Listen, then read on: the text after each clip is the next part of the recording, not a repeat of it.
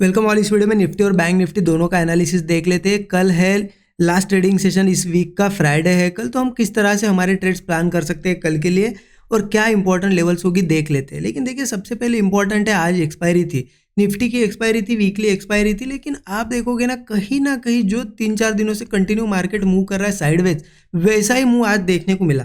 देखिए एनालिसिस के हिसाब से हमें एंट्री भी मिली, प्रॉफिट भी यहाँ पे बना, बट यहाँ पे जो बड़ा मूव हमें चाहिए था या फिर बड़े मूव का एक्सपेक्टेशन है अभी, क्योंकि मार्केट कंटिन्यू यहाँ पे साइडवेज हो रहा है, तो वो अभी तक नहीं मिला है। हो सकता है कल का दिन वो बड़ा मूव मिले या फिर नहीं भी मिले, बट हमें पता होना चाहिए कि कहाँ पे बड़ा मूव आ सकता है या फिर कहाँ से एक अच्छा ब्रेकआउट बन सकता है। तो वही लेवल्स हम यहाँ पे डिस्कस करेंगे, ठीक है। एनालिसिस को थोड़ा ध्यान से समझने की कोशिश करिएगा। कल फ्राइडे है, लास्ट ट्रेडिंग सेशन होने वाला है। अब देख लेते हैं यहाँ पे कि पहले डिस्कस करते हैं कि आज के लिए क्या एनालिसिस था, यहाँ पे एग्जैक्ट हमने क्या डिस्कस किया था। देखिए बहुत क्लियर एनालिसिस था, मैंने आपको क्लियरली बताया था कि ऊपर बहुत ज़्यादा स्ट्रेच हो चुका है मार्केट। अगर गैप अप होता है तो मार्केट पहले सेलिंग में जाएगा, ठीक है, ये डिस्कशन था हमारा।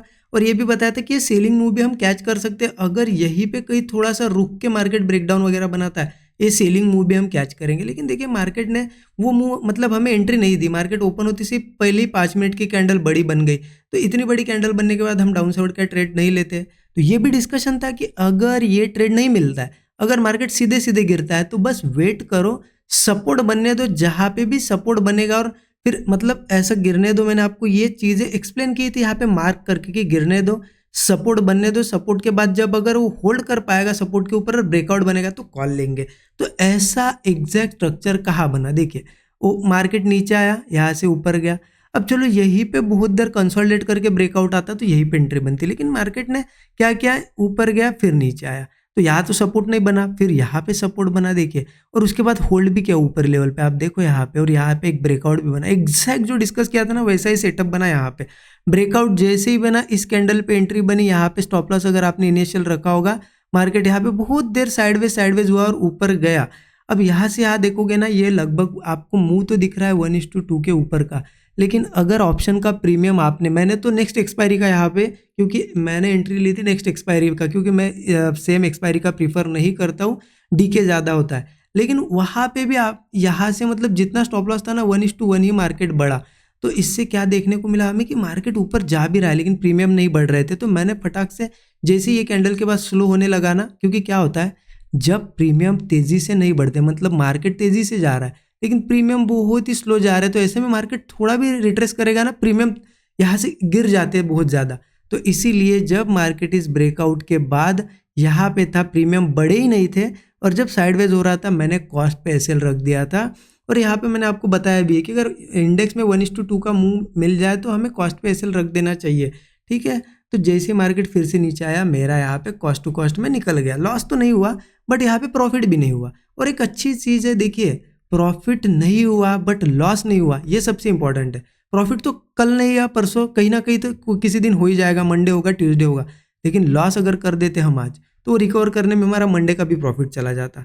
तो अभी हम लॉस में नहीं, ये इंपॉर्टेंट चीज़ है, क्योंकि ऐसी मार्केट में मुझे बताइए कौन पैसा बना रहा है, एक भी ऑप्शन बायर पैसा नहीं बना पाता ऐसी मार्केट में। यहाँ पे एंट्री लोगे वो नीचे आ जाएगा, पुट लोगे फिर ऊपर जाएगा, फिर कॉल लोगे फिर नीचे आएगा, कैसे प्रॉफिट बन पाएगा। ऑप्शन सेलर ठीक है बना रहे हैं ऐसे में पैसा, लेकिन ऑप्शन बायर के लिए बहुत डिफिकल्ट है। तो ऐसे में हम लॉस नहीं किए ना, वो भी बहुत बड़ी बात हो जाती है। तो अगर आपने ये चीज़ फॉलो की होगी तो कमेंट में ज़रूर बताइए, ठीक है। और वीडियो को भी लाइक नहीं किया होगा तो लाइक कर दीजिए। अब चलिए देख लेते हैं कि हमें ट्रेड कैसे करना है कल के दिन। उसके लिए मैं आपको एक बार डेली चार्ट फिर से दिखा देता हूँ। डेली चार्ट पे बहुत क्लियर वही चीज़ हो रही है, पोजिशनल के हिसाब से मार्केट सही चल रहा है। हमने क्या देखा था कि ये कंसोलिडेशन के बाद ऊपर जाएगा, ये गैप और ये गैप फिल करेगा, ये गैप तो फिल हो गई, सेकंड गैप भी फिल करने को आया है, लगभग 25,000 के पास सेकंड यहाँ पे गैप पेंडिंग है, तो मार्केट उसे फिल करने आया है। बट इंट्राडे में क्या ये चीज़ें हमारी वर्क कर रही है, क्योंकि मार्केट इंट्राडे में ऊपर कैसे आ रहा है, ऊपर यहाँ पे मुंह नहीं दे रहा है, इंट्राडे में क्या कर रहा है, गैप कर करके ऊपर आ रहा है। पोजिशनल वालों को ठीक है कुछ ना कुछ प्रॉफिट मिल रहा होगा, लेकिन इंट्राडे में सेम चीज़ नहीं है ना, है ना। तो ये चीज़ हो जाती है। तो क्या है ना यहाँ पे अब नेक्स्ट मूव क्या हो सकता है, यस मार्केट ऊपर जाएगा, ज़रूर जा सकता है, 25,000 फिर से टेस्ट करेगा, प्रोबेबिलिटी बहुत ज़्यादा है। बट वो कैसे जाएगा, क्या कल ही कंटिन्यू जाएगा, हो सकता है ये ऐसा भी हो कि मार्केट 1-2 दिन यहीं पे साइडवेज हो फिर जाए, या फिर थोड़ा रिट्रेस करे क्योंकि स्ट्रेच भी बहुत हो गया है। तो वो सब चीज़ें हम देखेंगे इंट्राडे लेवल पे कि कौन सी लेवल से, ठीक है। तो देखिए उसके लिए मैं 15 मिनट चार्ट ओपन कर देता हूँ। और जैसा मैंने अभी बताया आपको, इंट्राडे में वो मूव नहीं मिल रहा है, मतलब मार्केट गैप अप कर रहा है, साइडवेज हो रहा है, गैप अप कर रहा है, साइडवेज हो रहा है, गैप अप कर रहा है, साइडवेज हो रहा है, गैप अप साइडवेज। मतलब ऊपर तो आते हुए दिख रहा है हमें बड़े टाइम फ्रेम पे, लेकिन इंट्राडे में हमें वो मूव नहीं दे रहा है ना, राइट। साइडवेज ज़्यादा हो रहा है, सिर्फ गैप अप से ऊपर आया है। ओके, अब हमें कैसे ट्रेड प्लान करना है, देखिए कहीं ना कहीं 15 मिनट चार्ट ओपन है, एक रेजिस्टेंस है बना हुआ मार्केट में, कौन सी लेवल पे है, इस लेवल पे 24,840, 24,840 लेवल पे एक स्ट्रॉन्ग रेजिस्टेंस है। ठीक है, आज मार्केट ने उसको निकालना चाहिए था, लेकिन मार्केट ने फिर से वहाँ पे 24,840 को यहाँ पे रिस्पेक्ट किया है। अब कल का बहुत दिन इंपॉर्टेंट है, अगर कल यही कहीं ओपन होता है, ओपनिंग के बाद 24,840 के ऊपर चला जाए, एक आध 15 मिनट की कैंडल क्लोज हो, या फिर क्या करें, हमारा सेटअप बने, मार्केट इसे ब्रेक करे और इसके ऊपर सस्टेन करके कोई ब्रेकआउट दे, बहुत बढ़िया है, कॉल साइड का ट्रेड हमारा बनेगा। 20 से 25 पॉइंट का स्टॉप लॉस हम रख सकते हैं। टारगेट क्या होगा, टारगेट सिंपल है, मेरा टारगेट यहाँ से 25,000 का मुझे दिख रहा है, 25,000।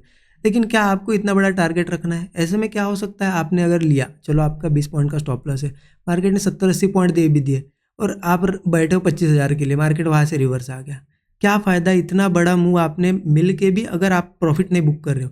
इसीलिए मैं सिंपल बोलता हूँ कि 20-25 पॉइंट का स्टॉप लॉस है, 1:3 का टारगेट रखना चाहिए आपको, कि पहला टारगेट मेरा 1:3 होना चाहिए।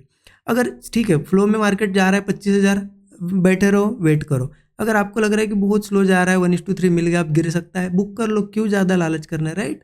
तो ये सेम चीज़ हम अप्लाई कर सकते हैं। अगर गैप अप भी होता है ना, वही चीज़ रहेगी, 24,840 के ऊपर गैप अप के बाद वो सस्टेन करे, कहीं ना कहीं सपोर्ट बना के ब्रेकआउट दे, कॉल साइड का ट्रेड हमारा बनेगा। ठीक है, अब देखिए एक पॉसिबिलिटी क्या है ना, मार्केट कंटिन्यू जा रहा है, यहाँ पे आज देखिए ये सपोर्ट्स बना है, ये सपोर्ट सपोर्ट सपोर्ट सपोर्ट बना है। अब मार्केट क्या कर सकता है ना, थोड़ा बहुत एक बेयरिश मूव भी दे सकता है। मतलब क्या होता है, कभी भी मार्केट ऐसे कंटिन्यू ऊपर नहीं जाता है, बेयरिश मूव दे सकता है। इसका मतलब क्या है कि थोड़ा नीचे आ सकता है और फिर ऊपर जा सकता है। तो वो बेयरिश मूव भी हम कैच करेंगे, लेकिन देखिए लालच नहीं रखना, और कम क्वांटिटी में करेंगे। कैसे करेंगे, अगर इसके नीचे आता है, वो सस्टेन करता है, थोड़ा देर एक ब्रेकडाउन देता है, तो हम पुट लेंगे फटाक से, 20-25 पॉइंट के स्टॉप लॉस के साथ लेंगे, बहुत कम क्वांटिटी लेंगे, और जैसे ही 1:3 वगैरह मिल जाता है या फिर वो सपोर्ट बनाने लगता है, एग्जिट कर देंगे। क्योंकि हमें ये लग रहा है कि मार्केट थोड़ा नीचे जाके ऊपर जा सकता है ना, क्योंकि कंटिन्यू जा रहा है ना, एक रिट्रेसमेंट लेगा फिर ऊपर जाएगा, तो वो रिट्रेसमेंट हम कैच करेंगे। अगर नहीं कैच कर पाते, मान लेते ओपन हुआ नीचे, सीधे नीचे चला गया, छोड़ दो, फिर कॉल वाला ट्रेड लेंगे, क्योंकि अल्टीमेट टारगेट तो हमारा 25,000 का है ना। फिर कॉल वाला ट्रेड कैसे लेंगे, नीचे आया मार्केट, कहीं ना कहीं सपोर्ट बनाएगा, जैसे कि आज कैसे बनाया, यहाँ पे सपोर्ट बनाया, सपोर्ट के बाद अगर वो होल्ड करके ब्रेकआउट देता है, ज़रूर कॉल लेंगे, क्योंकि अल्टीमेटली टारगेट 25,000 का है। तो यहाँ पे कॉल साइड का ट्रेड बनेगा, स्टॉप लॉस के हिसाब से 1:3 का टारगेट हम रख सकते हैं। ठीक है, तो क्लियर हो गया। देखिए मेरा व्यू अल्टीमेटली बुलिश है, लेकिन इसमें मैं सेल साइड का ट्रेड क्यों बता रहा हूँ, क्योंकि एक रिट्रेसमेंट अगर आएगी तो कैच करने की कोशिश करेंगे, स्मॉल क्वांटिटी में लेंगे, ज़्यादा लॉस तो होगा ही नहीं, लेकिन प्रॉफिट मिलता है तो कुछ ना कुछ तो मिलेगा हमें, राइट। इसके हिसाब से हम थोड़ा एक सेल साइड का ट्रेड ले सकते हैं अल्टीमेटली। बाकी तो चीज़ें बुलिश मुझे दिख रही है, ठीक है, एक सेलिंग मूव मिल सकता है। तो इस तरीके से ये निफ्टी का एनालिसिस हो गया, आप मार्क करके रख सकते हो लेवल। मैं बैंक निफ्टी का फटाक से आपको बता देता हूँ। बैंक निफ्टी में क्या करना है, सिंपल है। बैंक निफ्टी में भी आज देखिए हमने क्या डिस्कस किया था कि कहीं ना कहीं बैंक निफ्टी भी ऊपर जा सकता है, ब्रेकआउट पे हम कॉल लेंगे। पहले तो मार्केट ऊपर आया, यहाँ पे देखिए सस्टेन किया, एक ब्रेकआउट बना, यहाँ पे ब्रेकआउट, यहाँ पे स्टॉप लॉस भी आपने अगर लगाया तो मार्केट धीरे धीरे करके ऊपर गया है। लेकिन गया कैसे, साइडवेज होते, प्रीमियम तो कुछ बड़े नहीं होंगे, क्योंकि मैंने बैंक निफ्टी का थोड़ा आज प्रीमियम वगैरह चेक नहीं किया, लेकिन कुछ बड़े नहीं होंगे क्योंकि साइडवेज बहुत था। आपने अगर बैंक निफ्टी में ट्रेड किया तो कमेंट में बताइएगा, ठीक है। तो ऐसे में आज भी ज़्यादा कुछ यहाँ पे खास हमें देखने को नहीं मिला है। अब बैंक निफ्टी में क्या कर सकते हैं हम, देखिए बैंक निफ्टी का भी बहुत सिंपल है। अगर बैंक निफ्टी का मैं बताऊँ आपको यहाँ पे, तो हम उसके लिए क्या करते हैं ना, 1 आवर चार्ट पे चलते हैं, ठीक है। 1 आवर चार्ट पे एक चीज़ है आपको मैं दिखाना चाहता हूँ।